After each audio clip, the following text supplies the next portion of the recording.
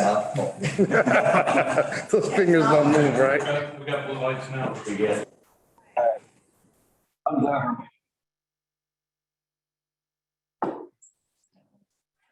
Good. Sorry, guys. I hope you can hear now. I hear you now. Thank you. All right. Thanks for letting us know. It didn't look like we had anybody for public forum. So we now have the consent agenda. Is there anything that at the table that anybody would like to pull out, talk about? Or I will take a motion. I'll make a motion to accept the consent agenda as presented. Second it. Okay, moved and seconded. Any questions, any comments in the room? Any questions or any comments from afar? All right, all in favor? All right. Aye. Okay, other policy matters. We're going to start with Cramar Grove self-storage preliminary site plan and elevations.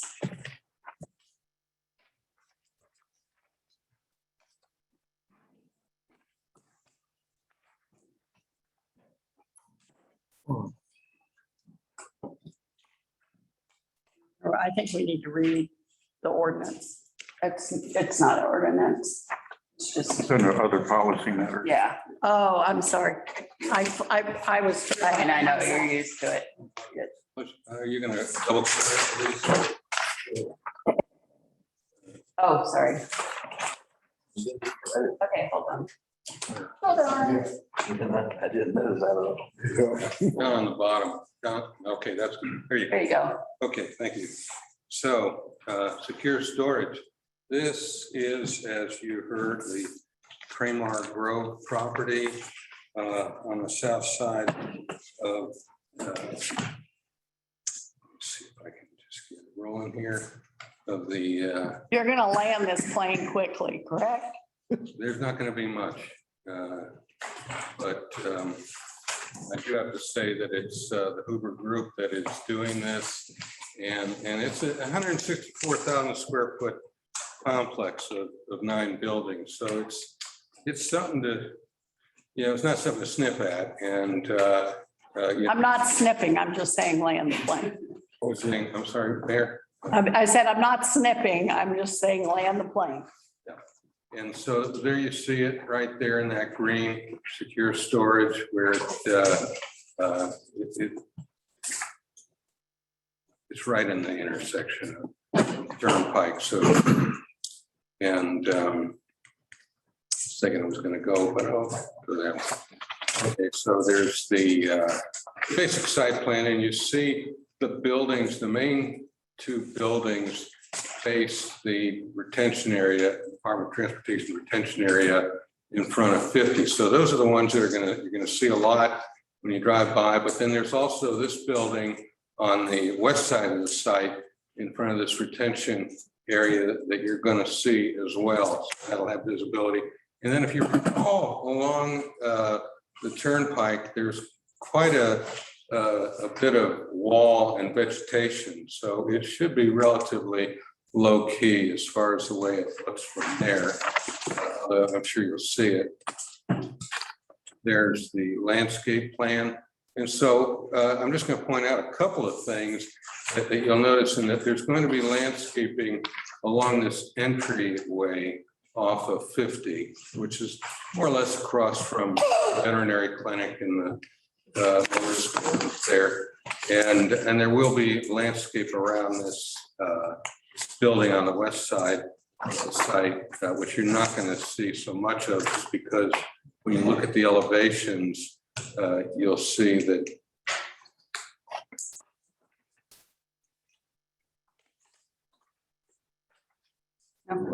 Okay. yeah. Okay.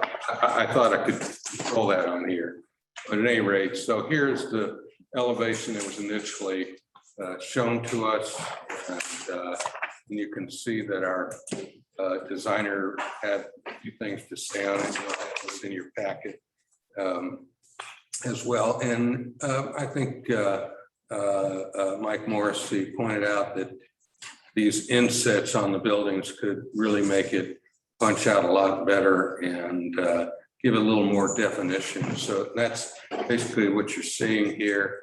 And that's, again, I point out that while you don't see landscaping in this area driving in, it's going to be landscaped.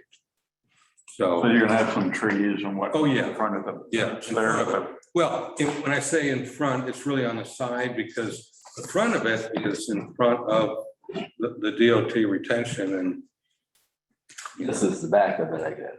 That's- Yeah, if you're driving down 50, though, you can see over the retention pond, see Yeah. the fence, right? If you That's can, you can correct. see it very, very vaguely, but there are plans to put trees on the front of those buildings, behind the retention, between the retention and the building. So there will be a line of trees that will be in there, along that edge. yeah, so. Okay, so the fence is part of DOT and not. Yes. their property. Yeah. Okay. So the side of it, and which is basically, if you want, the driveway, that's gonna be landscaped. That's theirs, so to speak, and it might also become the town's. We haven't quite gotten to that detail yet, but and you don't see trees along here, but there are gonna be trees along the fronts of the building there. Next slide. And so you can see that westerly side building.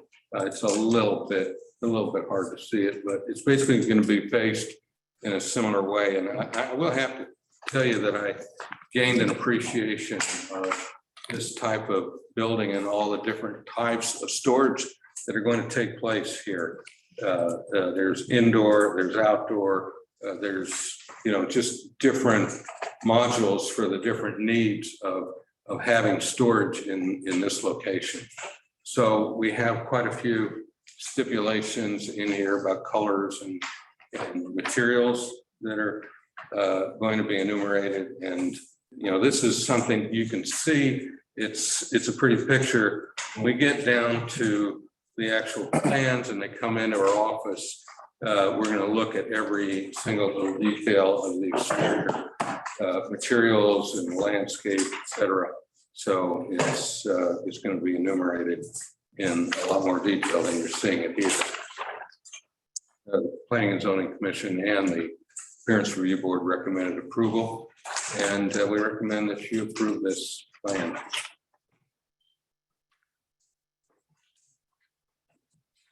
Okay, so do we have any questions? I do have one that, you've got different types of inside and outside storage. So, are there any of them big enough, and do we have any stipulations at all that, like, you can't run a business out of a bigger one? Well, I would really like the applicant to answer questions about the different types of space.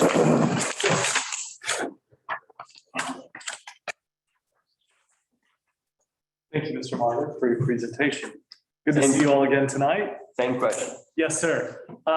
Absolutely, we do not intend to allow, it's part of our lease across all of our properties that we don't allow businesses to operate from them.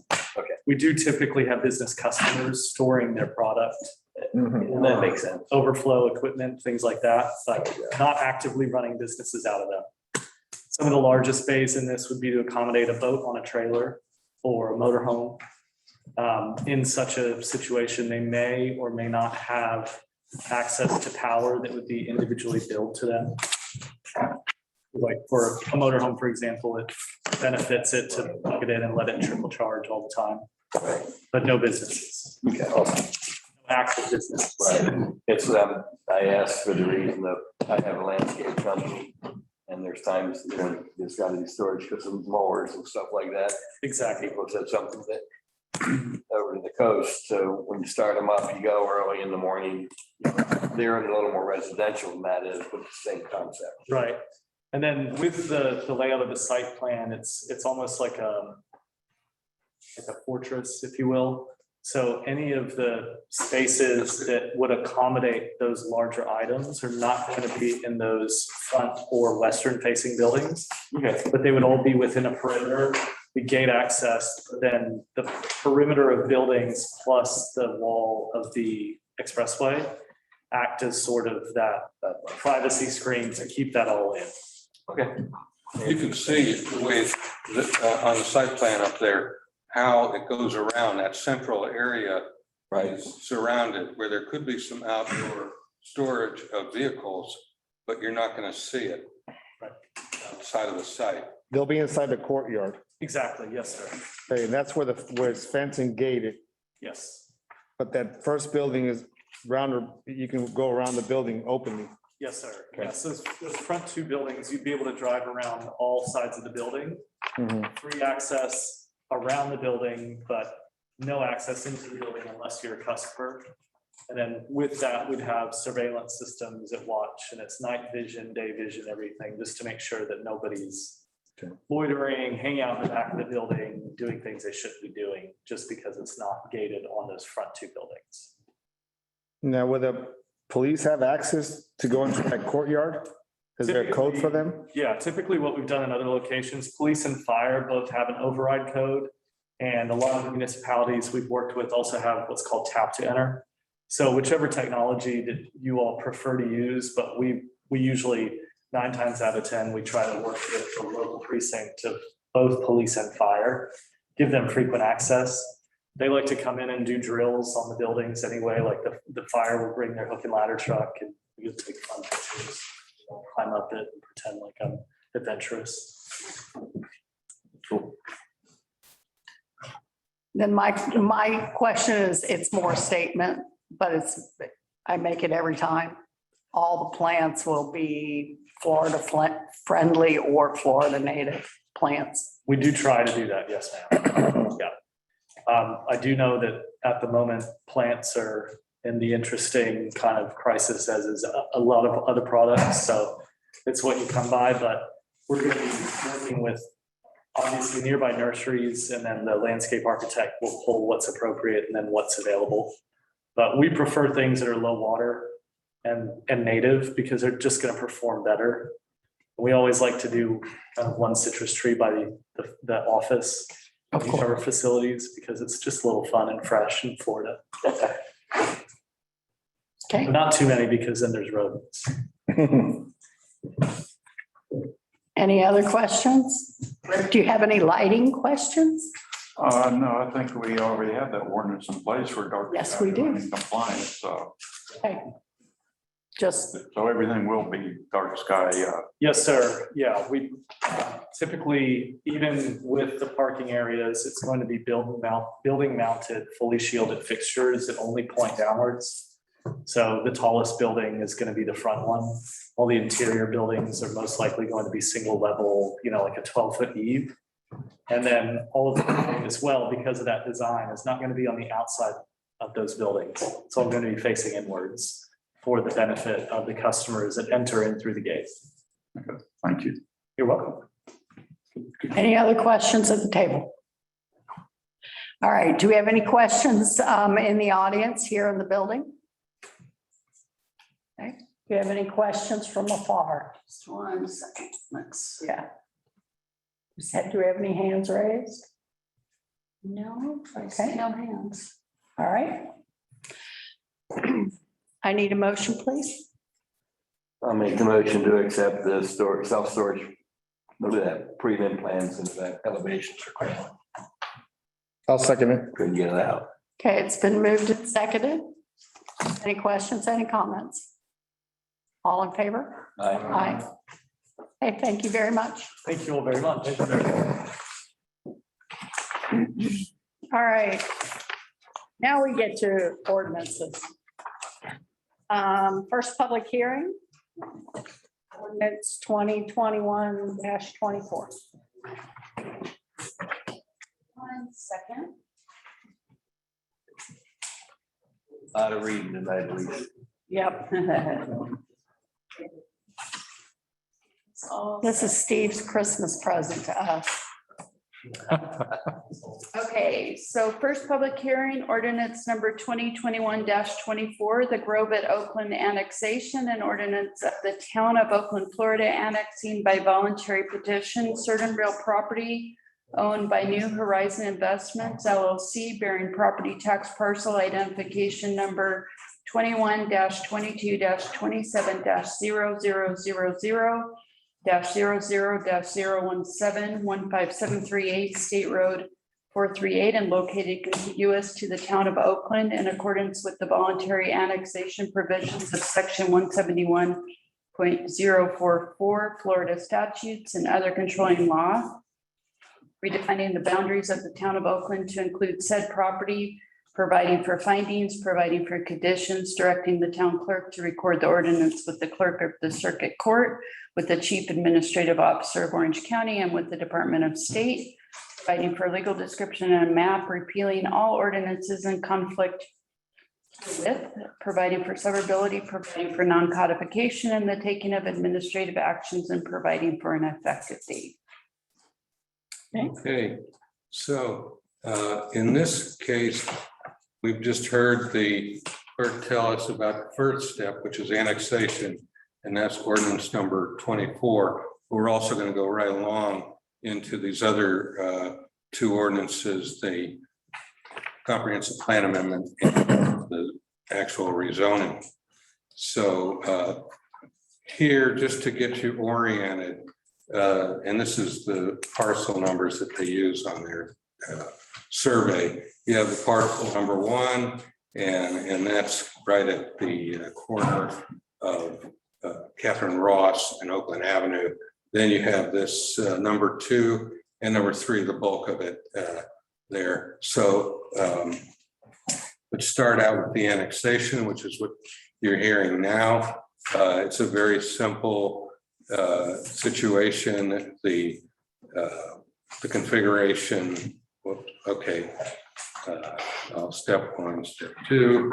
And this little thing, go ahead, please. And you can just go ahead from there on the, thank you. Please. The New Horizon Investments company is these parcels together. And this one is 3 acres. It's has a single family house on it now, and it will be annexing to the town. It's next, please. That's not next. You don't need this one. That's the one I'm looking for. Okay. Is you see that it's obviously contiguous and et cetera. It's all the criteria, infill type development in a classic way. You have all the services there.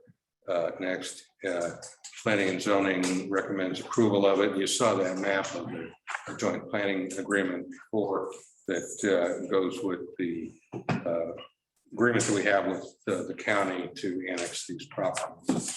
And our recommendation is that we adopt this annexation.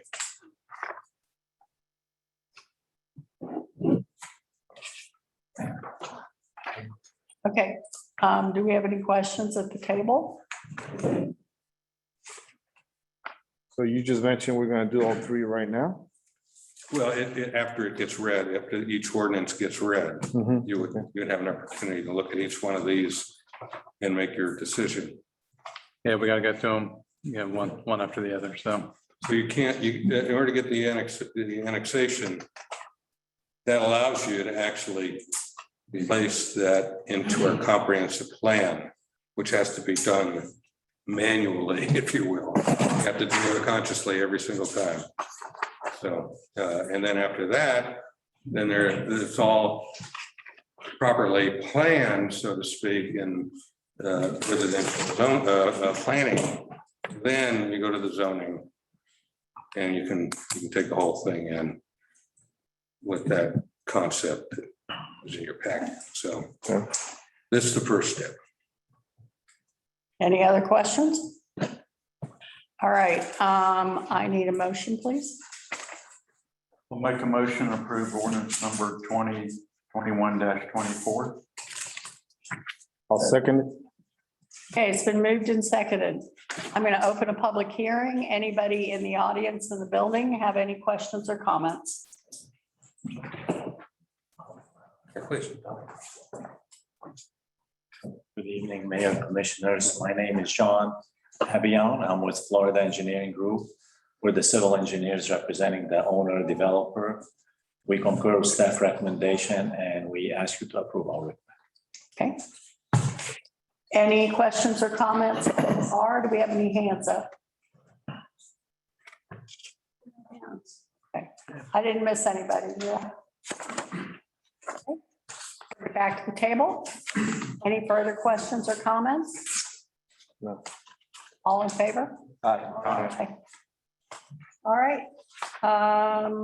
Public hearing ordinance 2021-25. Okay, first public hearing ordinance number 2021-25. Florida, changing the town's land use plan map designation of its comprehensive plan from in the town of Oakland and low density in the Orange County comprehensive plan to low density residential in the town of Oakland's comprehensive plan for certain real property owned by New Horizon Investments LLC, bearing property tax parcel identification numbers 21-22-27-0000-00-017 at 15738 State Road 438 and 21-22-27-0000-00-021 at 15732 State Road 438 with an approximate size of 17.2 acres, making findings and providing for conflict severability and an effective date. Next, please. Okay, so you can see the two parcels there, that the one that you just annexed is being proposed to go from one low density in designation in the county to low density residential in the town. And then the other one has got a lot of commercial on it, which needs to be erased, so to speak. And so it's proposed to go to low density residential. The whole thing would be low density residential. And you'll see that in the next slide here, that you can see where it is. There's the site right there. It's being annexed to a light yellow. So it'll all be light yellow, including that red commercial area. And I do have to tell you that there's a little bit of a mistake in the ordinance that you got. It still says industrial, which was changed, and that's been fixed. And your second reading will have that all fixed to low density residential. And that gets re-advertised anyway, right? I mean, yeah, it's getting re-advertised and Okay. it's all been done. I think the applicant noted that the acreage was a little bit different. And so that's been corrected as well. Okay. From 17 to 16 acres. Anyhow, so next slide is that the Planning and Zoning Commission recommend approval. As do we all recommend approve this ordinance. All right. Any questions or comments at the table? No. All right, need a motion, please? I'll make, go ahead, Rick. Make a motion to approve ordinance number 2021-25 with the noted corrections. But I guess will be noted in the second reading. Yes, yeah. So it's not residential. All right, okay, I have a second. All right, I'm going to open a public hearing. Anybody in the audience in the building?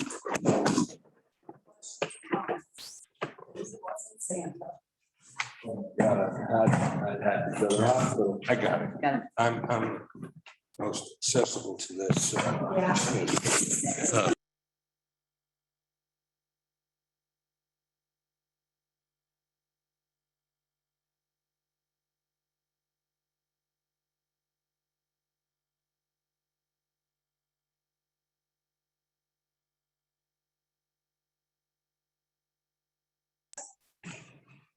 It's back blue now. That's blue now. Okay, Here's now. here's now. How about now? Give it the magic.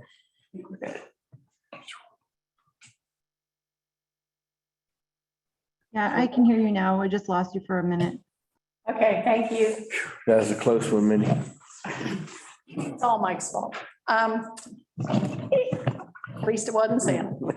So anyway, any questions or I have opened a public hearing. Any questions or comments from the audience in the building? Okay, any hands up from afar? No hands. No hands.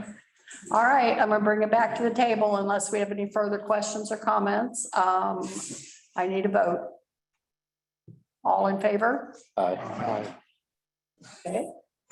We're moving on to ordinance 2021-26. First public hearing ordinance number 2021-26, an ordinance of the town of Oakland, Florida, amending the town's official zoning map designation from agriculture to PD plan development with the master plan in the town of Oakland for certain real property owned by New Horizons Investments LLC, bearing property tax parcel identification numbers 21-22-27-0000 15752 East Oakland Ave, and 21-22-27-0000-00-021 at 15732 State Road 438, and amending the town's official zoning map designation to designate certain recently annexed property from A1 in Orange County to plan development with a master plan in the town of Oakland for certain real property owned by New Horizon Investments LLC, bearing property tax parcel identification number 21-22-27-00-00-017-15738 State Road 438, with a combined approximate size of 19.2 acres in size, located at the southeast quadrant of West Oakland Ave and Catherine Ross Road, making findings and providing for conflict severability and for an effective date.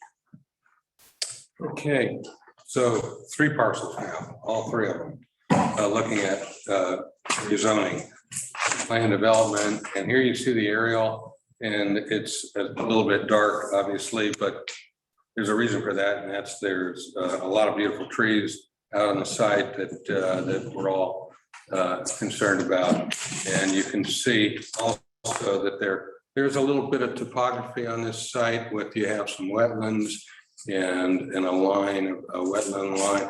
So there's natural issues that do need to be engineered. Moving on, you see a concept, and I emphasize that word concept in red because as far as we're concerned, at least staff, and I think the way we've couched it in the plan that this is a concept. We want to make sure that the maximum amount of tree coverage is retained. So the next step after establishing that there will be 44 lots here somewhere on this site, if you will, probably pretty close to what you're seeing, but on that concept, but nonetheless, that there could be adjustment of lot lines and streets could be made more friendly to tree preservation. So basically, you're establishing the basics of it with the stipulations that are included in both the ordinance and and you see we've been calling it Motomassa Canal. Now we've been calling it Johns Lake Outfall Canal, trying to standardize that. Managers have put that out so that we would have in this project, as well as further up the Oakland Park project, as well as the Gateway project on the inner side of 50, we would have pieces of paper, agreements, easements of maintenance. So for the perpetuity, the town will be able to get in there if need be, so to speak. We aren't going to maintain these facilities, but we'll be able to get there if we need to. And you see some of that here. There's some sidewalks. We'd like to change that a little bit, that first one, to say, don't have to go all the way to Oakland city limit, but just to their properties east of the boundary. There's a lot of drainage in there, and it's kind of complicated, and we would rather just allow the property owner there, not this property owner, to deal with that issue. But from their entrance to all the way back to Catherine Ross, proposed to have a sidewalk. And, we would work with the developer and looking at some of the swales and engineering issues along there, but we think it'd be appropriate to not leave out those 4 houses there, and just have everybody be able to get there with this opportunity. And also I emphasize that there's a buffer proposed here between the rear lot of those 4 existing houses that are there and new development with a wall that would be about 6 feet probably, and it'd be metal, and also, Show us with the, yeah, I'll show you right there where it's the buffer. no, on the, On the plan, can we go back to the design concept? Okay, so stopping right there, here's the houses in here. Those are just concepts of lot plans, by the way, that you're seeing. So right along in here, there would be a fence, if you will, and a live growth buffer vegetation there. what about along the south side and the east side? The south side here, Correct. That's commercial property. It's an undeveloped commercial property. There won't be no hedge there. We can work with the commercial developer as far as, it's the same owner. So we'll work with them on if there needs to be anything on that. What about to the, On the east side, the natural barrier is the Johns Lake Outfall Canal. okay, yeah, So the vegetation that's there will continue to stay there. the commercial is supposed to buffer the residential ideally. Yeah. That's what you do. Yeah, if you go back one, Elise. back to the concept. So where that blue line is on the south side, between there and is Highway 50. So there's a small strip of commercial there. So we'll make sure that gets buffered as that gets developed. And you can see where the Johns Lake Outfall Canal is. That ends up being a buffer along there between the last lot, Mr. Rosser, who's here, and the development. The canal runs right between those two. And so there's already some vegetation and things. So we'll make sure that's maintained. And the houses are to the side of Oakland Park, or that, Right over in yeah, here. there won't be no buffer there? No, there's no real buffer there. Those are, I don't know if you've seen the elevation of those homes. They're Bungalow, right, and they're really raised up. They're 4, 5, 6 feet even higher, and so it's like a wall there right now. That'll be more on the developer to decide if they want to do a buffer on the backs of those houses to what's in Winter Garden. There's already a retaining wall there and it's higher elevation. We were more concerned with the existing, there's like 4 existing owners on Oakland Avenue that are actually in Oakland, and making sure that they had adequate buffer between the new development.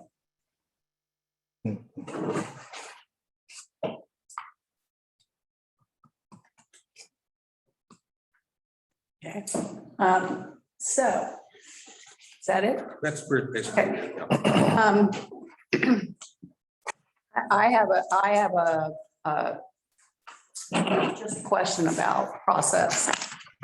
Is because what we're looking at right now is to change the zoning map.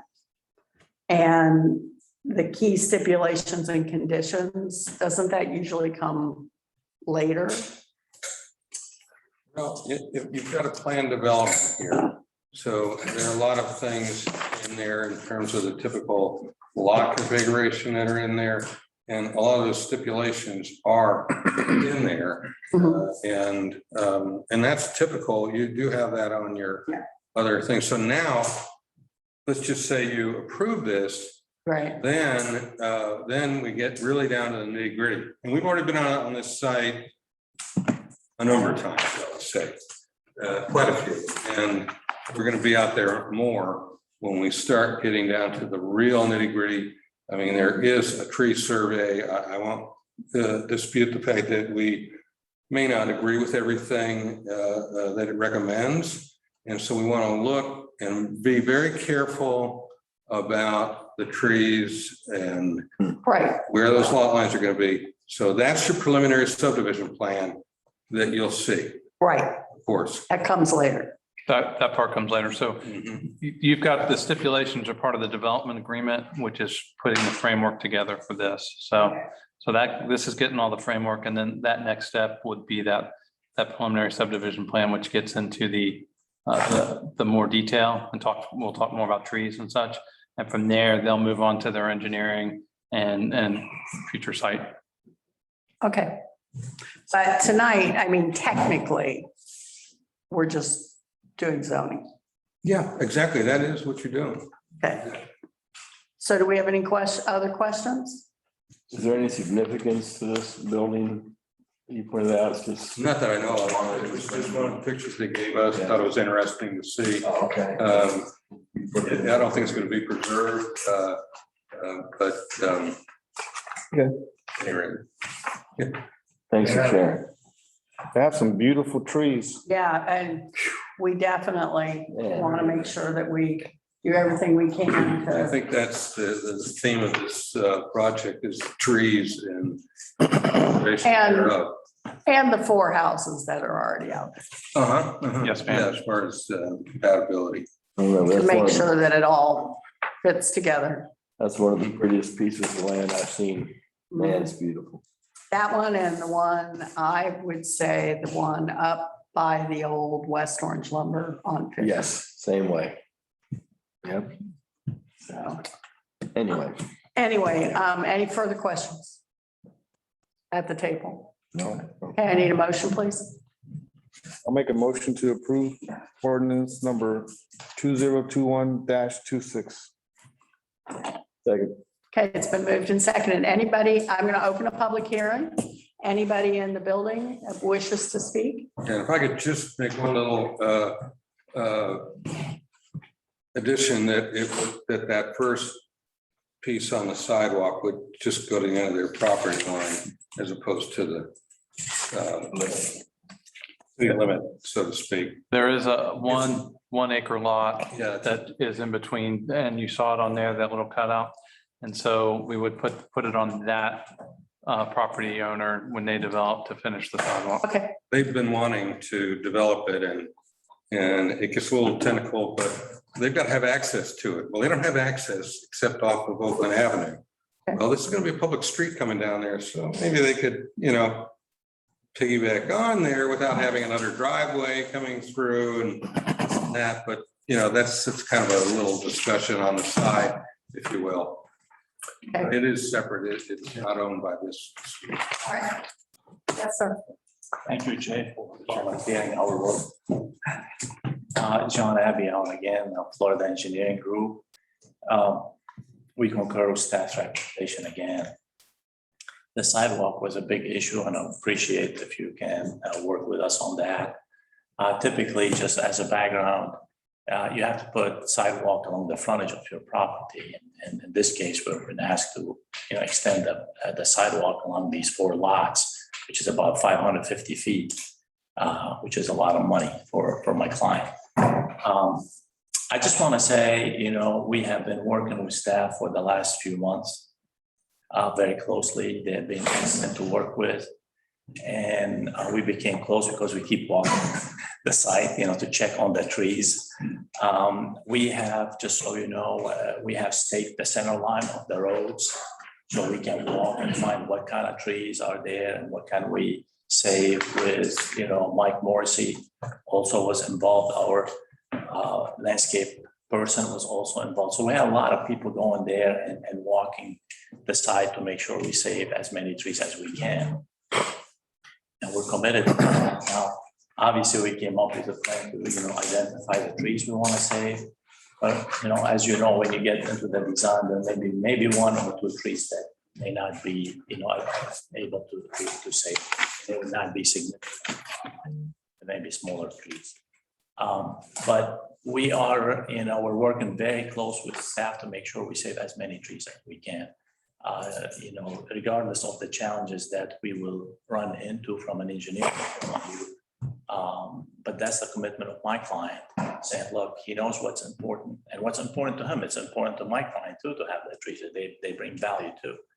So with that, I'm really here for any questions that you may have, but I want to thank everybody for your help in this project. Thank you. Thank you. All right, any further questions or comments in the building? All right, any questions or comments from afar? Please raise your hand. It's Alicia and Amy at this point. That's it. Okay, Alicia or Amy, do you have any questions? All right, I'll bring it back to the table.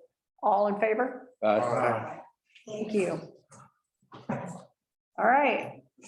Now we're going to the first public hearing of ordinance 2021-28.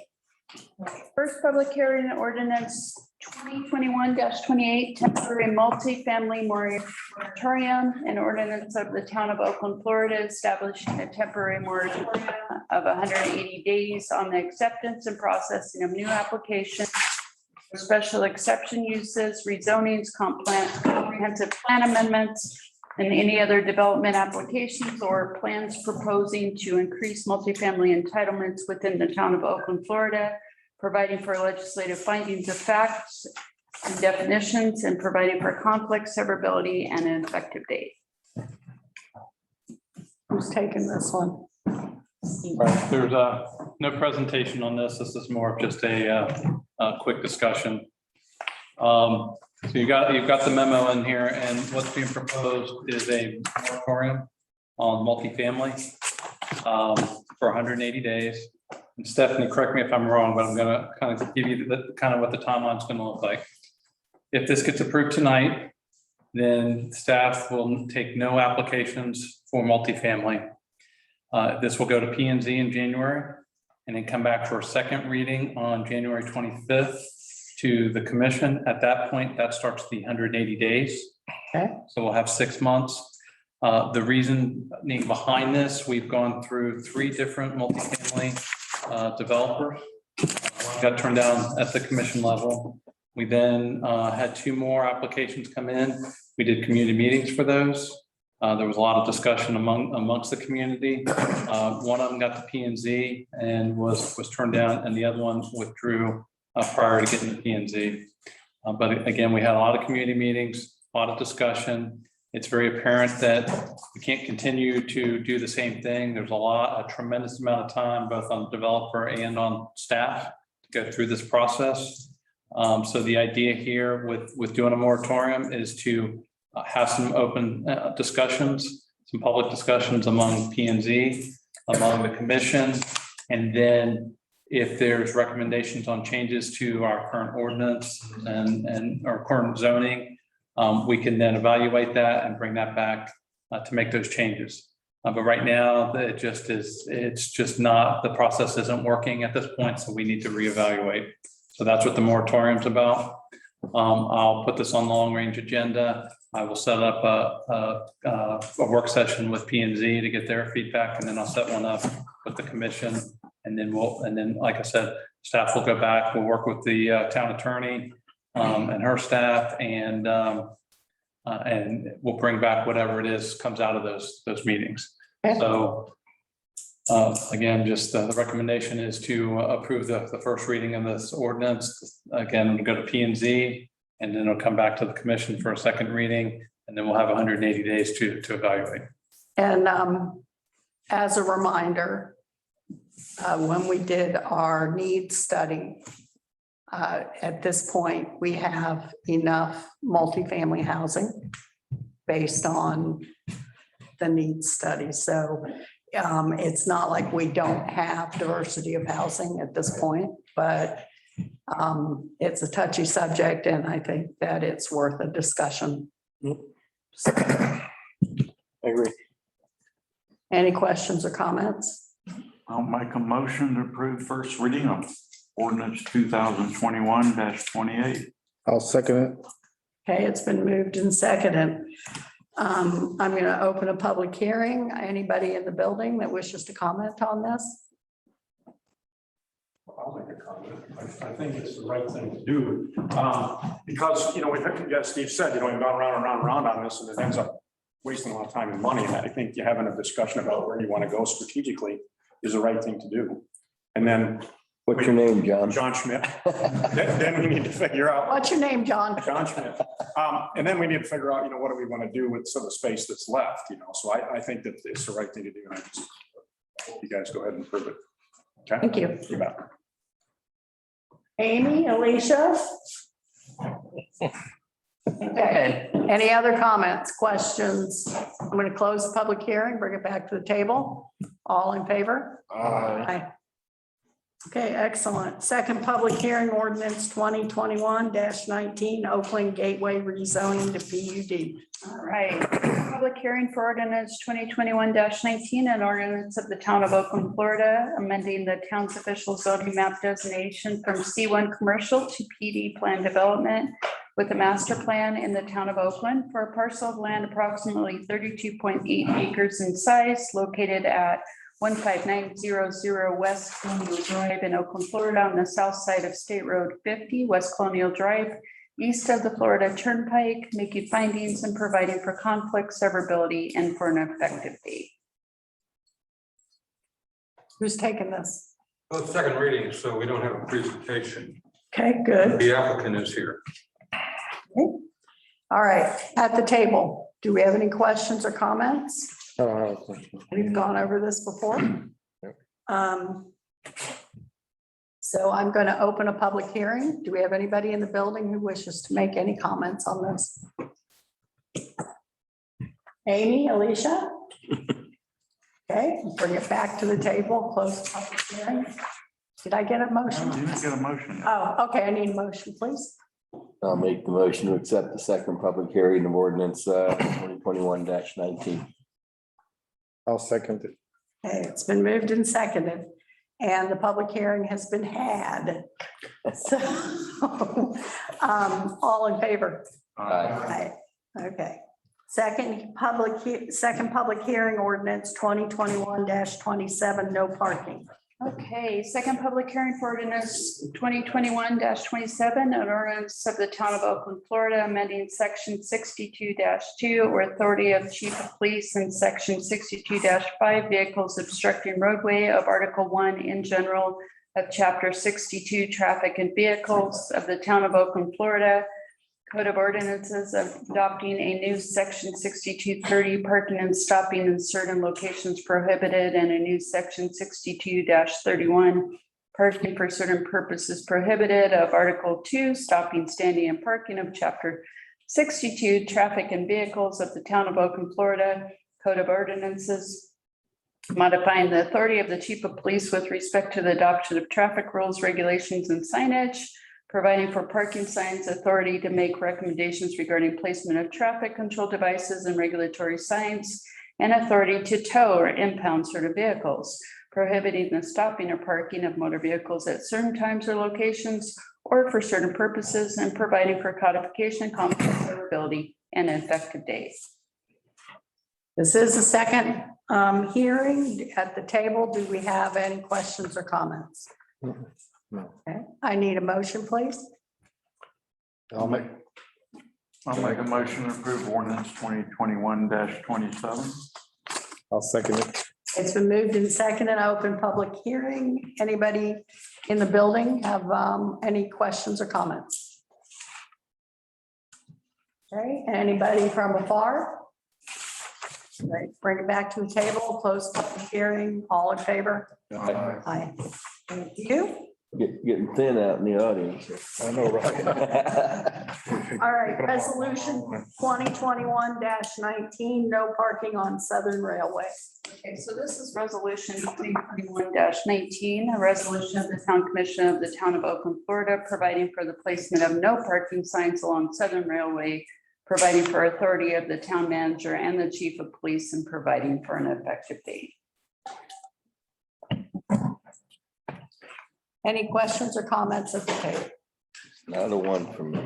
Been in and out over there. Pardon? It seems to be thinning out over there. Yeah. Yeah, I think the word is out. Yeah, So Chief's here to make the recommendation and any questions you might have concerning Southern Railway. I prepared a PowerPoint. If you want to see it, you don't have to. Basically, No one wants to see it. or you do want to see it?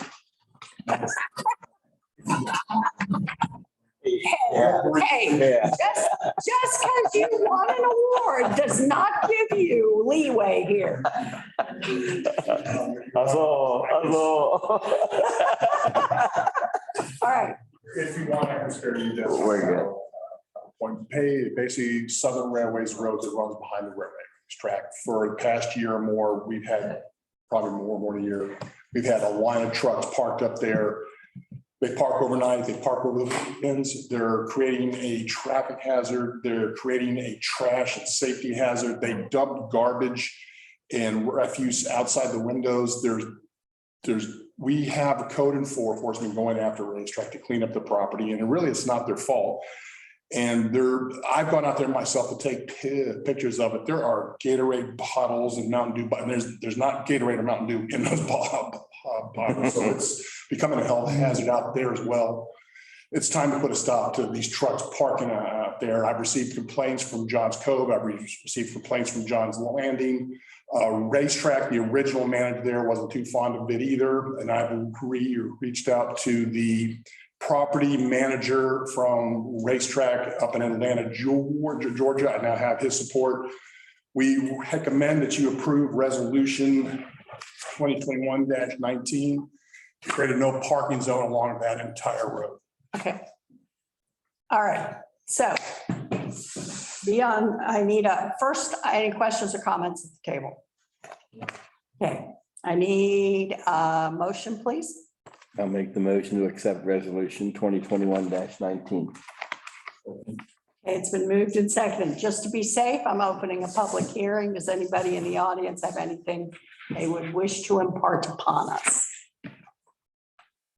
Okay, from afar. All right, back to the table. All in favor? Aye. Good job. You sure it wasn't Sprite? I'm not sure I didn't have a tug. All right, resolution 2021-17, utility rates.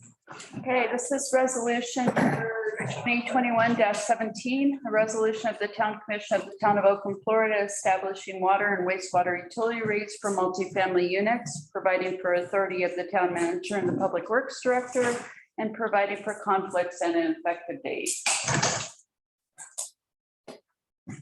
So with the development of the Avenues project out here, as with many other items, it has brought a lot of change to town, and it's going to bring a change to our utility rates. We have Tony Hairston from Rathkellis right here, who will be able to answer any questions about this.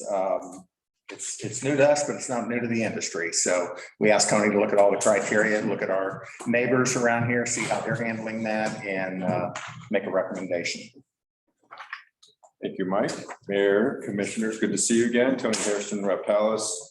There's a short letter in your agenda packet, and I've got a shorter PowerPoint to walk you through the highlights. Next slide, please. Well, it's kind of small. I'll read it to you. Basically, memory lane, back in 2013, which is what, 8 years ago, the town implemented conservation tiered water usage for conservation, which was successful. In 2017, the town conducted its first wastewater rate study in anticipation of implementing a wastewater service, which has been done and is growing. The Avenues, this apartment will have both services. The town will now service its first large multifamily customer. Considerations for multifamily rates include the town's existing rate structure, so what you're already billing your customers now, what you can do with your billing system. We don't want to come up with something that you couldn't bill. Industry trends, what other municipalities are doing as well, and demanding characteristics for multifamily service. So that's the criteria. The industry trend for quite a while has been to bill per unit, reflecting that they're residential customers, although the configuration is different. You're not servicing 340 meters, you're servicing, I believe it's a couple meters with 342 two units behind it. So that's a little bit unique there compared to what you have been doing. The trend on multifamily though is to build per unit. A couple data points to your left and right. Winter Garden charges 70%. The base charge of the single family rate per unit, Paramount charges 81% on wastewater, and it's by meter size on water. Not sure why they have it mixed like that. We propose your town's multifamily rates to be the base charges per unit equal to 70% of the single family rate. You have a minimum charge. This is one thing you need. Your water charge, your base charge includes 3,000 gallons. So it doesn't matter if you use 1,000, 3,000, 5,000, you're going to get charged for 3 and anything above that. So for multifamily, what we're proposing is you charge 70% of the base charge of what you charge single family, but you only include 2,000 gallons. The reason being is multifamily tends to use less per unit. You have vacancies, you have ebb and flow of that. In our experience, especially in times of recession or vacancies, you will have apartment owners complaining, you're going to charge me 3,000 gallons and I'm not using that much because I've got 30% of my apartments vacant, things of that nature. The thing about it is the town's protected either way. The more that customer uses, the more they're going to pay on water and wastewater as well. So, and there's I'll show you the rates, and they're the rates right there, showing the base charges. And the multifamily will also get the tiered consumption rates. It is multiplied per unit. We don't expect them to get really above block 1, but that's by design in that if they use a lot, 10,000 gallons per unit, I can't see that happening with those apartments, but they would pay more. And I'll just say in the letter, there is some comparison just to see reasonableness compared to a single family, and the cost per gallon is comparable. It's a rate that works. It's fair. It's reasonable. It's justified. It doesn't stick out versus others. And for 342 units, you're looking at upwards of $192,000 a year of new utility revenue. And that's based off cost. That's based off the rates you charge now. But your marginal costs, the biggest one is paying Cramar, but it'll cover the extra cost of Cramar wastewater wholesale service. You don't have a wastewater plant, you send it to Cramar. This will cover that cost, the additional cost of servicing, pumping water and so forth. So it's a net plus for the system because you're growing, you're covering your costs. It's reasonable, it's fair, and answer any questions. What's the minimum per gallon? The 2,000 Yes. per unit? Yeah. And typically it's 3,000? For residential, yeah. Single family. Single family. What is the multifamily in Claremont putting? Is it 2,000 also? They don't, I don't have, I don't think they include a minimum. Let me double check that.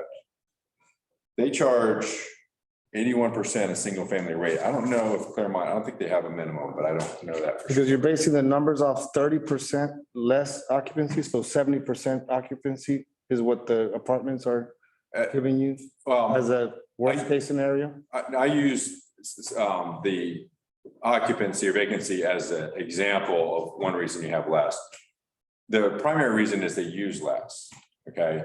A multifamily, of course, you don't have any records on this particular apartment complex. They typically use anywhere from 60 to 80% per unit of a single family residential. That's the primary reason that you charge a lower base charge, and the fact that you have a minimum, I propose you also include less, but it's both equitable and in times of recession when you have multiple. Correct. So you're not basing it exactly because of the fact that it could be less rental rate. I mean, a percentage rate of rental for the units. At times. At times. Right now, you don't. Yeah, right now it's 98.9, I think. And they'll pay more, and if, when there's times where it's softer, their costs will come down. Otherwise, they'll come and say, why am I paying $3 per unit? All right. Just want to clear that up. So it doesn't matter what the occupancy, it's how many units available. The apartment complex pays for how many units they have, right? They pay a fixed amount. It's just not, it's not based on 3,000 gallons. It's only based on 2. Yeah. Most of I would, once they're up and running, my guess is they're going to use at least 3,000 gallons per unit. It's my guess. looking at others around the state, they'll use probably at least this 3,000, maybe right around 3,000. That's my guess. But just in those times where it's a little softer, you know, they're gonna come at you and say, hey, why am I paying for water I'm not using? Right. Because we still charging them for all the units. Yeah. And you'll be ahead either way. I mean, you're covering your fixed costs. Yeah, you got the infrastructure in place, and so it's fair for the customer. It's very good for the I county. was gonna say ahead, but fair. What's the first word? Ahead, Ahead, but fair. ahead, but fair, yes. Well, we need to be ahead because we gotta add on, have a backup well that we're gonna be drilling, so we do need to fund that. Yes, yeah, so it helps. Yeah, that marginal does help in the future for that capital. But that comes out of impacts. So, And here's the reason why in an apartment, they typically use a little less. Is because being a landlord for 50 years, I've seen it between single family homes is people that are in apartments don't typically do the outside stuff you do with your water to raise that rate. They don't wash their car as much. They don't go out and water the grass with their hose and stuff like that. Forget the well stuff, but that's why it's usually a little bit lower because that part of it's not part of it. all right. So any further questions at the table for Tony? No. We're always happy to see you. I'm happy to see you all. It's been a while, so. I know. Great, so. And just for, is there anybody here? Deborah. Deborah understands this, so, but just for edification, we use Raftellus to help us set many different kinds of rates and continue to evaluate them as time goes forward so that we're where we should be and that they're fair and equitable. So. And we appreciate what you do. Yeah, and they do a good job. Thank you. We appreciate it. On behalf of Joe Williams, who put all this together, thank you as well. Okay. So I need a motion, please. I make a motion to approve resolution 2021-17. Second. Okay, moved and seconded. Just for safety, I'm going to open a public hearing. Anybody in the building wishes to speak? Anybody from afar wishes to speak? Back to the table, all in favor? Aye. All right, resolution 2021-18. I know we have Oakland Park here. Okay, hold on 1 second.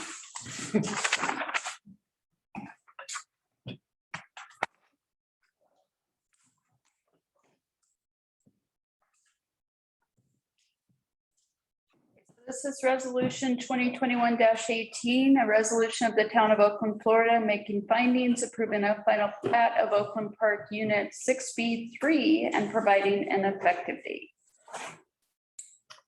And Oakland Park is moving right along, so will I. We have the purpose. Oops, sorry, go ahead. No, that's fine. We can skip this. We put the purpose in, but we're here to talk about Oakland Park 6B3. Questions came up on 6B2, so I've kind of put together a little bit of an overview of, well, kind of the typical one we've been using as to where we are in the stages coming down through the phase 6 side of things. Oops, you keep jumping on me. Is that working for you? I wasn't quite ready yet. We're good. Okay. We're good. Are now. Just tell me next. So the applicant has land over this particular phase is about 10.8 acres in size and will consist of 37 lots. There we go. So we have kind of where we have come. Hey, you know what? There's a good reason because it's off. That's not working. So we have 6A and 6B1, which was the northern section, 6B2, which we did a couple of months ago to approve the final plat. And today we have 6B3 coming up. Now we'll have to cooperate.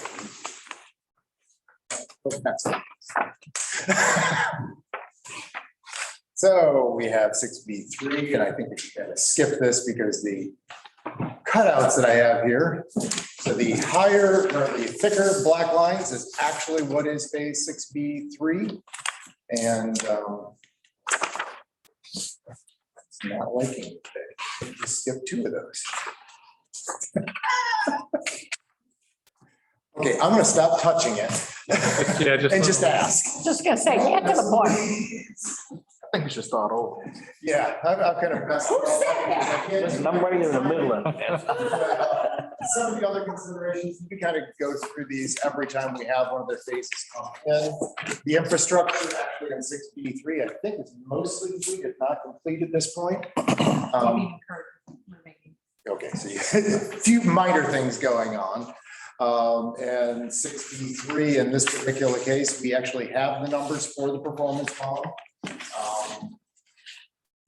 Parker has moved somewhere, but he has received them and he has reviewed them.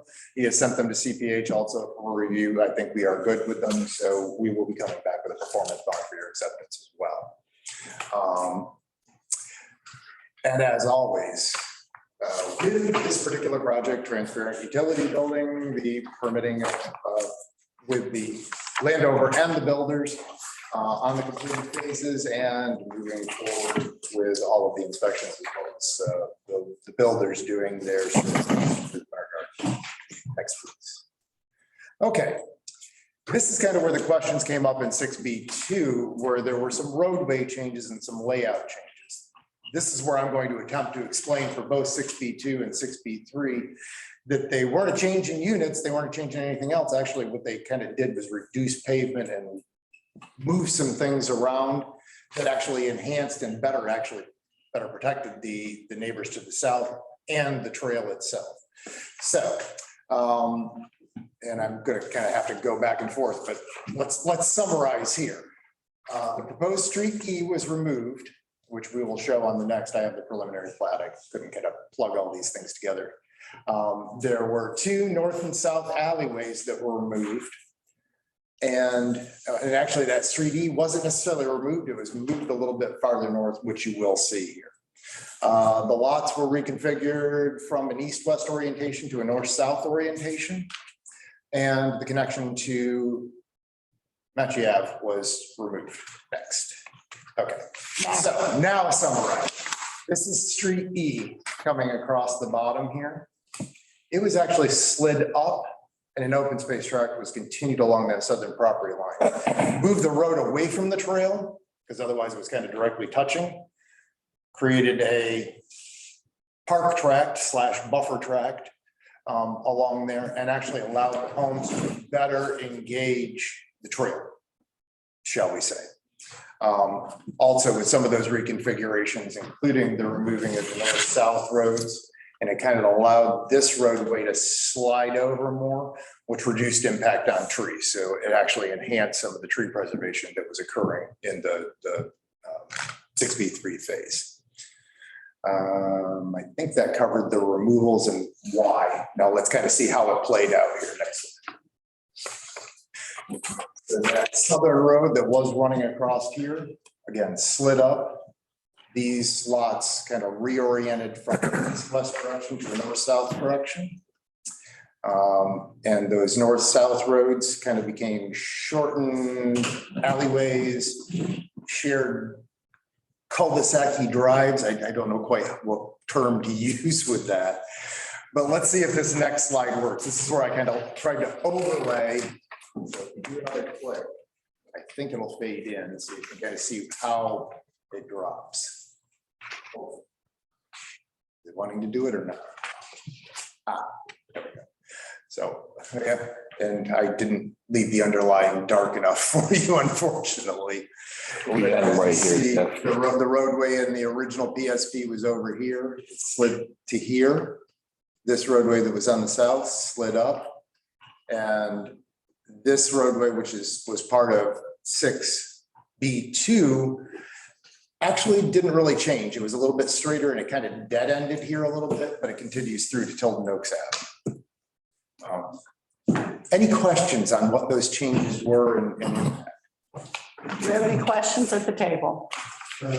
Down at the south, lots 173, 172, 71, 170.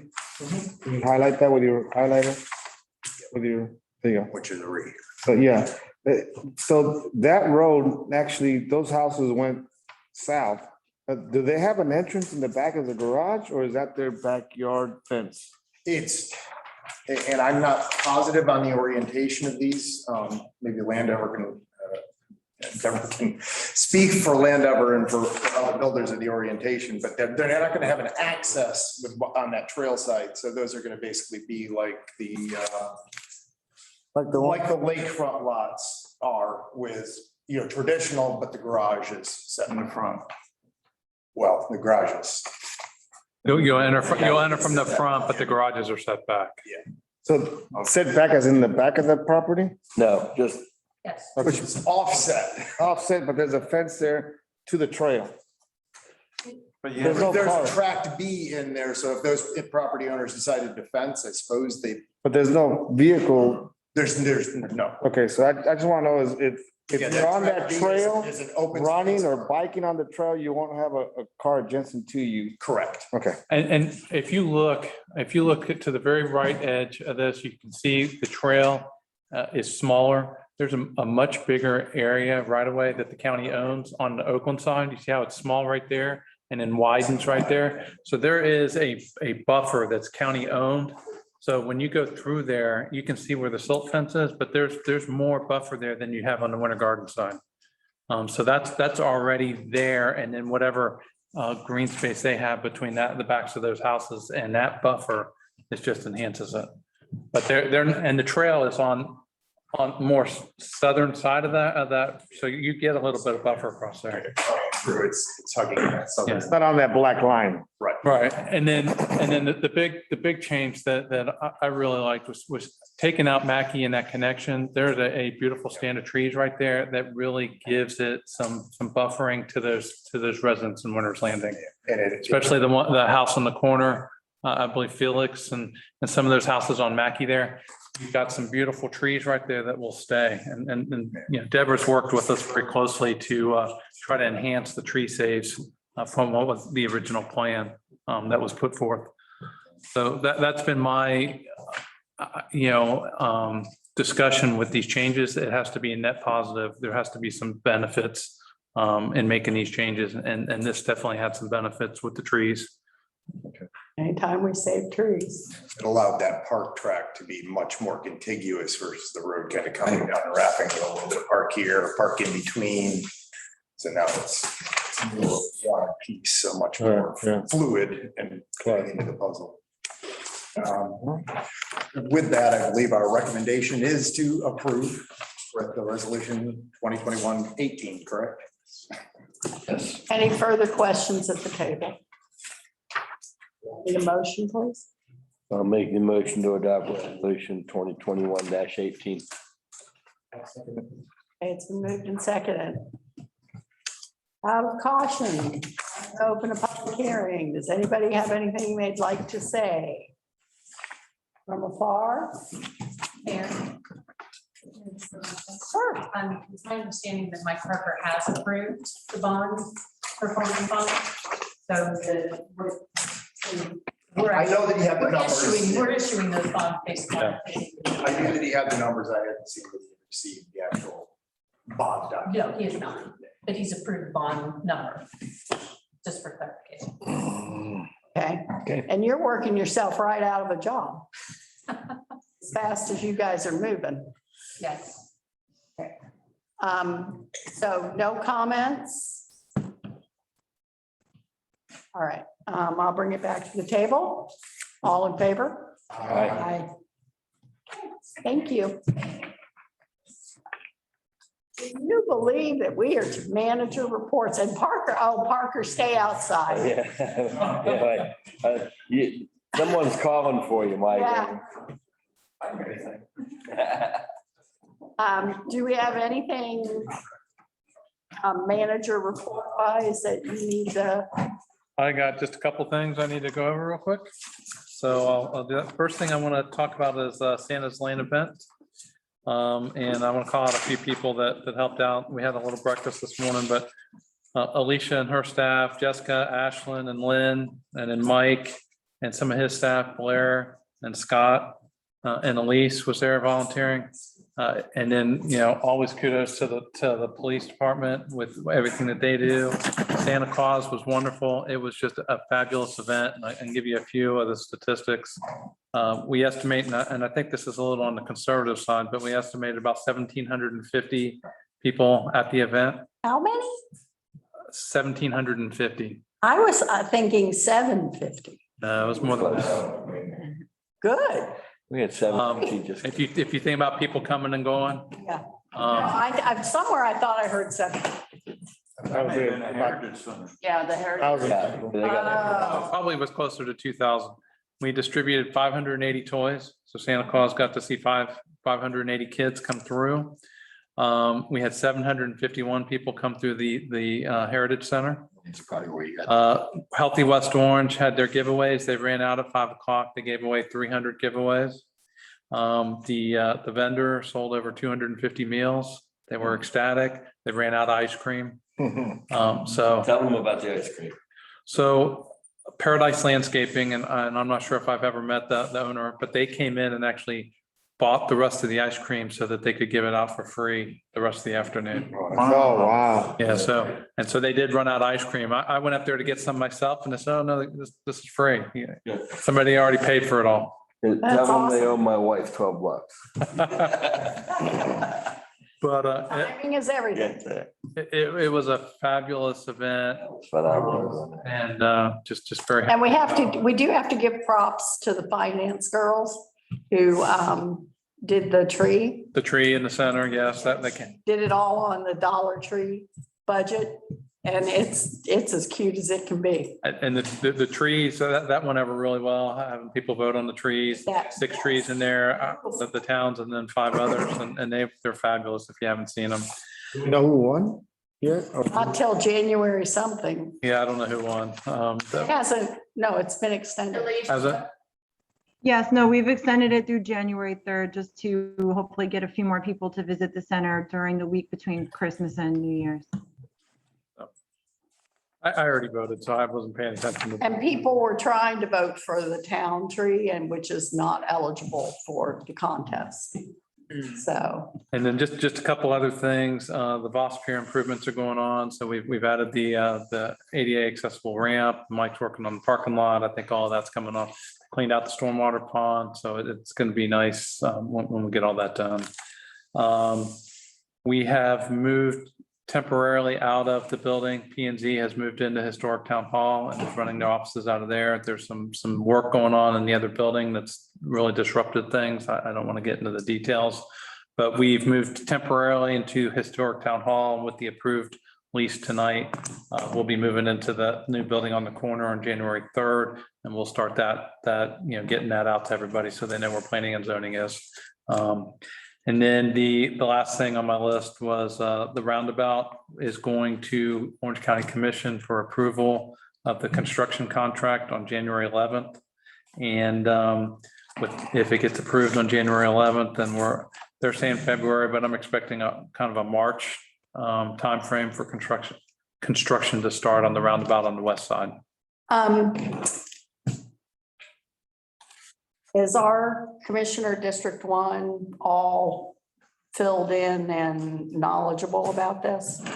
I have talked to her in the past about it, but I haven't talked to her since we've gotten the latest information. So, but I will. I can, make sure she's aware of it. And then we went to the Council of Mayors. I'll let you talk about the chamber event and the Council of Mayors. Mayor. That's all I've got. Anything else from staff? Okay. Sal? Just want to bring up the West Orange Chamber event that they had in Ocoee. It was really good. And I'm happy to announce that they announced that Joe Dunn will be getting the Golden Orange Award next year. So a lot for our lake, Fola and so forth. So I figured we'd be involved next year. I know we were absent last year because of or they didn't move the West Orange Awards. They didn't have, they didn't have their gala.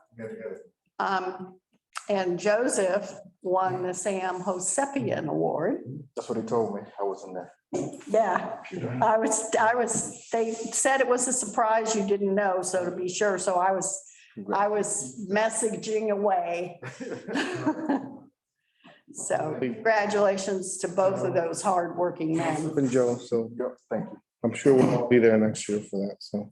That's their funnest event. Yeah. It might be because they have champagne, but it is a fun, and they give away a lot of stuff.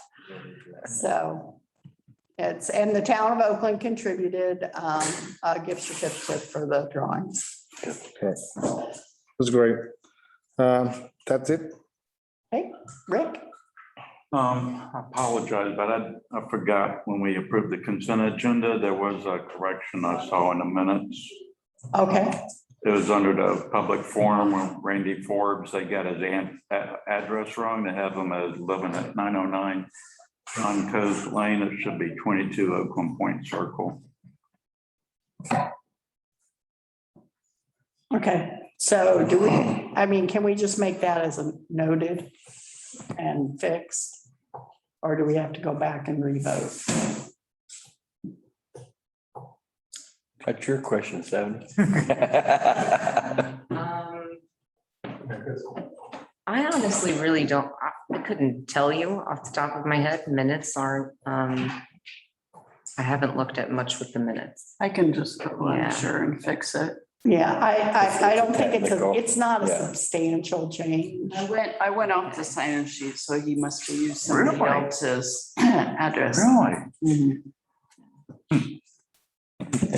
I would say just change it and be done. Yeah. It's an address. I'll just change it. It's not. I don't minor, but I usually bring it up and I just totally forgot. Anything else? Yeah, just a reminder that the ONP is going to have their winter wreath walk this weekend, 17th, 18th, and the 19th from 6 to 8 p.m. It's 3 nights, Friday, Saturday, Sunday. Are they getting enough wreaths? I know Jennifer was a little I concerned. haven't heard the latest. Have you? I haven't heard either. I believe Alicia, we've put a wreath in. Alicia did one for us, yeah. Yes. Awesome. We donated our wreath today. Good. Yay. Joseph, Mr. Sam Jose. Just a quick update. Of course, Tri-County is kind of quiet this time of the year. So the next meeting will be in Sanford and it's going to be live if nothing changes, January 20th. And that's the changing of the leadership as well. So January 20th in Sanford. Of course, that announcement will probably come out at the beginning of the year. And we'll probably have a new executive director because Mariah, who was the executive director before, she resigned and moved on to another job. And we're in the process of trying to figure out who we're going to have as our executive director for the league. UCF is still trying to figure out what they're going to do. And so we've been talking to some other institutional government. So if we go with another one, you will see us being a little bit more active in Tallahassee. And asking, more of the local elected to come alongside the Tri-County League. There's a proposal, which is kind of cool, of all the leagues along the I-4 corridor from Volusia all the way over to the east, to the west coast, working together. So it's like Suncoast over in Tampa area, then there's Ridge up in Polk County, then there's us here, and then there's Volusia County. So the I-4 corridor may have a consortium of local leagues. There's 14 around the state, but we may have those working together on a regular basis, opposed to this breakfast during the annual convention. And the annual convention, is in Hollywood next year. Your favorite. Oh, yes. The dip. Yeah, so January 20th is the next big meeting for the Tri-County and Sanford. Yes. So looking forward to that. I met, and I'm sorry to say, the name escapes me. Someone from UCF College of Government who Mariah worked in that department, right? Who's, I guess, kind of filling in and. Oh, Karen. Yeah, Karen, because Karen's only going to be. Yeah, I met her at the at the chamber event. Oh, Karen came? Oh, okay. Yeah, she's just filling in. She's Yeah. she's not gonna Right. stay on until they figure it out. We actually had a board meeting today and UCF still hasn't come up with a plan. They told us to wait until January. And the incoming president and other board members like, no, we don't want to wait. We really want, because session starts in January. Yeah, well, yeah, You know, it's January 11th, so. yeah. This is the most important time of the year for that kind of stuff. Right, so the board really wants to go in a different direction, so we're working on some things. And we try another executive director for a year without waiting to start off our session and Yes. our priorities. So, yeah, that's just going on. That's it. Okay, Mikey? Really, just to make sure that everyone hears from me, thank you. Thank you to all staff that did Santa Day. It was really, you're right, it was a huge success and I personally appreciate what everyone did. I don't think it could have been any better. It couldn't be any better at all. So no complaints here. So again, thank you to everyone that worked with it. And the only other thing I got is just to make sure I say Merry Christmas to everybody. Merry Christmas. Yes. Quickly, Joseph, we mentioned your award. Congratulations. The date for the gala is still TBD. Disney has not given them a date. It will be in February. So hopefully we can plan to go celebrate Joseph. Yeah, Uber there, right? You bet. That's celebration right there. Yeah. And let's hope that it's not in conflict with the Tallahassee trip. Because that's at the beginning of February. Yeah, that's like a Monday, Tuesday. Yeah, 7th and 8th. So And, you know, I worked for Disney for 40 years. They're giving convention space to the chamber, which is, you know, that's big dollars that they're donating. And so there's not going to be oh, but we don't like that date. We want a different one. It's going to be, that's the date.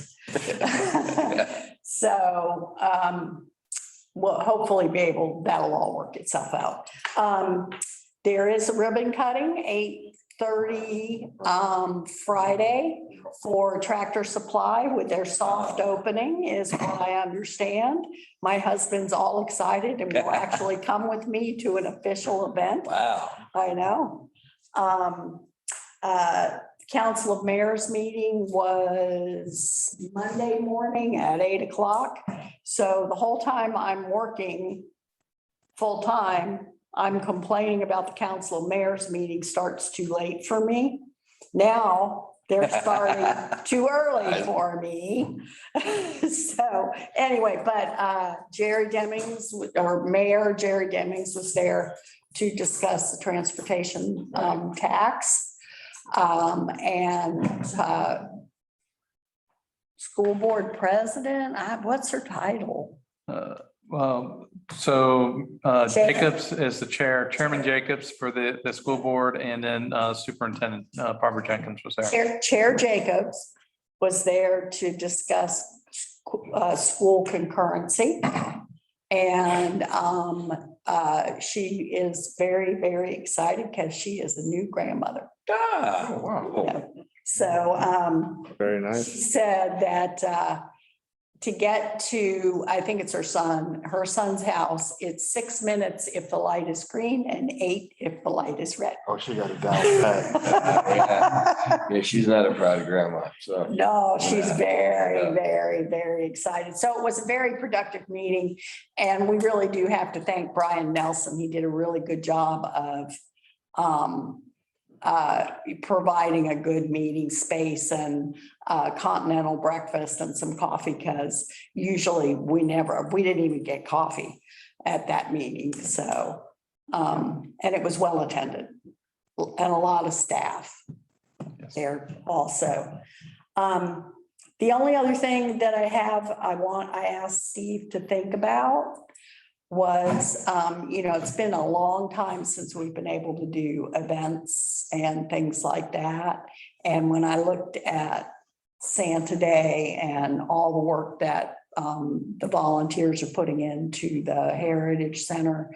I asked Steve to think about maybe once we figure out Omicron, and what that impacts will be, if we could move the volunteer event up earlier in the year this year, rather than wait till towards the end of the year. That's a good idea. So, And they did do something for the volunteers, Alicia and Jessica, so. that's awesome. But that's my favorite, one of my favorite events Yeah, of the year here. And I think it goes a long way for the people who give up their time and their talents.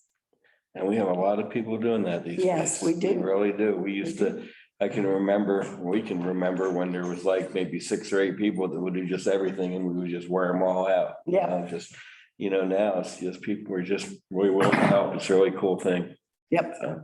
Speaking of being a grandpa, my grandson was born tonight during the meeting. Oh, man. Oh, wow. What are you doing here? I don't think they'd even let me in the hospital. No, they so. would. Well, you're Congratulations. supposed to tell us you're going to be a grandfather. When was he born? About an hour ago. Wow. Oh, Congratulations. You're supposed to tell us these It things. kind of just happened today, right? Like the whole moving up the schedule thing. Okay. No, but- Well, it didn't really just all of it happen today. He was gonna be a grandfather. Yeah, but it was supposed to be a little later on. That's a very good memory for you. Is that the first one? Yes. Oh, they are so much better than kids. Let them know that he They are. was born I during. say you should give them back, but that doesn't seem to be the case. Yeah, not for you. She was due January 2nd and she went to the doctor yesterday and she got admitted this morning. And so things have just been progressing. Do we have a name? Nolan John. Cool. I like Nolan. That's a nice name.